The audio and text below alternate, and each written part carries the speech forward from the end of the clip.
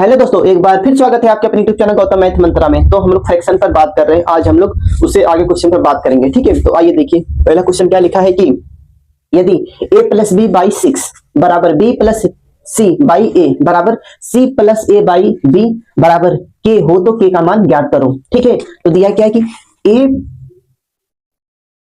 a plus B बटे सी कामा, ठीक, a plus B बटे सी कामा बी प्लस सी बटे ए कामा, ठीक है, और c प्लस ए बटे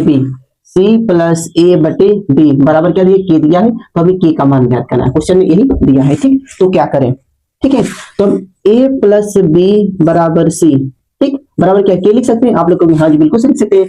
तो क्या करो, के से इसमें गुणा कर दो, ठीक, a प्लस बी बराबर सी क्यों हो जाएगा, ठीक है, वैसे यहां कर दो कामा बी प्लस सी बटे ए बराबर क्या कर दो, के कर दो, गुणा जो क्या हो जाएगा बी प्लस सी बराबर ए के, ठीक, फिर कामा कर दो सी प्लस ए बटे बी बराबर क्या कर दो, के कर दो। समझ में आ रहा है ना, हमने कुछ लिखे, देखो सबके बराबर तो सबके बराबर हम लोग के लिख सकते हैं। ठीक है, क्या करते हो, इसे गुणा कर दो सी प्लस ए बराबर बी के, ठीक, ये सब में सबके बराबर है तो क्या करो, इसको और इसको जोड़ दो और इसको जोड़ दो, फिर बराबर कर दो। ठीक है, लाइन से ए सी ए के प्लस बी के प्लस सी के, ठीक, बराबर ए बी धन बी सी ए धन बी, ठीक, फिर प्लस बी सी फिर प्लस सी ए, ठीक है। अब देखो क्या करें, इसमें से हमको क्या कॉमन मिला है, के कॉमन मिला, के कॉमन करने क्या बता, A plus B plus C बराबर क्या हो जाएगा, ए गई यहां पर, A two A plus two B plus two C, ठीक, इतना हो गया। अब क्या करें, ये बराबर क्या हो जाएगा, ठीक, इसमें से दो कॉमन ले लोगे ना, दो इसमें से कॉमन मिल जाएगा, कितना बचेगा, दो कर दो बराबर ए प्लस बी प्लस सी, पोस्ट में ए प्लस बी प्लस सी बटे, ये भाग में देखा जुड़ा हो गया ए प्लस बी प्लस सी, ए प्लस बी प्लस नीचे ऊपर कट गया, के कॉमन कितना गया बराबर ए बराबर 2, ए इसका आंसर हो गया।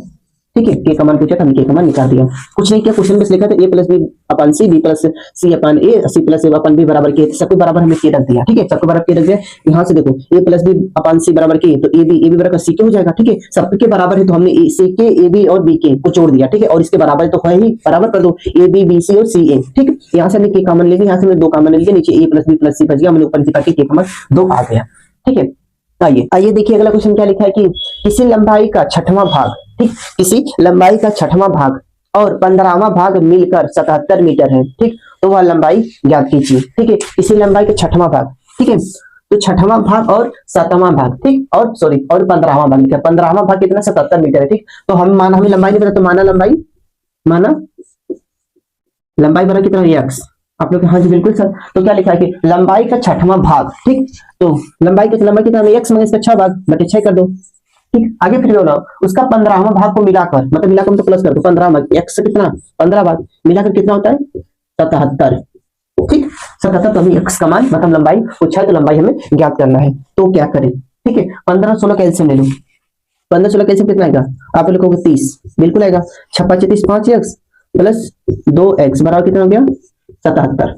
ठीक है, अब क्या करो, 2 एक्स होगा ना, 2 एक्स और 5 कितना होगा 7 एक्स बराबर क्या हो जाएगा, इससे गुणा हो जाएगा ना, 77 गुणे 30, एक्स बराबर क्या हो जाएगा 77 गुणे 30 बटे कितना हो गया 7, 7 से 7 करो 11। ठीक, एक्स बराबर क्या हो जाएगा 11 गुणे 30, एक्स बराबर 330, ये इसका आंसर हो गया।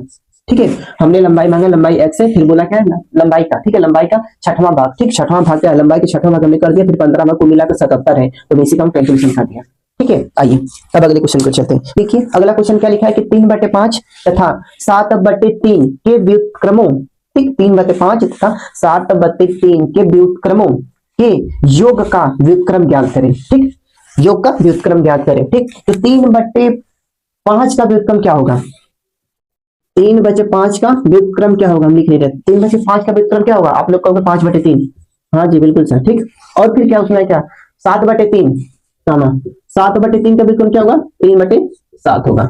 ठीक है, ये हो गया। उसके बाद बोला क्या उनका योग, ठीक, उनका योग का व्युत्क्रम ज्ञात करो, तो इन दोनों को जोड़ दो, ये जो आया 5/3 धन 3/7, 21 होगा एलसीएम। ठीक, 7 5 35 धन 3 3 के 9, ठीक है, कितना बढ़ गया, 7 7 25 कितना हो गया, 4 44/21। ठीक है, 44/21। अब तो ये आ गया इनका व्युत्क्रमों का योग आ गया। फिर पूछा व्युत्क्रमों का, फिर व्युत्क्रम ज्ञात करो, मतलब व्युत्क्रमों के योग का व्युत्क्रम ज्ञात करो। तो 44/7 44/21 का व्युत्क्रम क्या होगा, ठीक है, 21/44, यही इसका आंसर हो गया। ठीक है, यही वाला इसका आंसर हो गया। इसी काम में बोला क्या था कि 3/5 का व्युत्क्रम हमने कर 5/3, 7/3 का व्युत्क्रम 3/7, फिर दोनों का योग, ठीक है, दोनों का योग का आ गया 44/21। फिर बोला गया 44/21, तो उसका व्युत्क्रम ज्ञात करो। तो 44/21 का व्युत्क्रम क्या होगा, मतलब 21 ऊपर 44 नीचे, तो 21/44, यही इसका आंसर हो गया। ठीक है, आई होप आप लोग को समझ में आ गया होगा।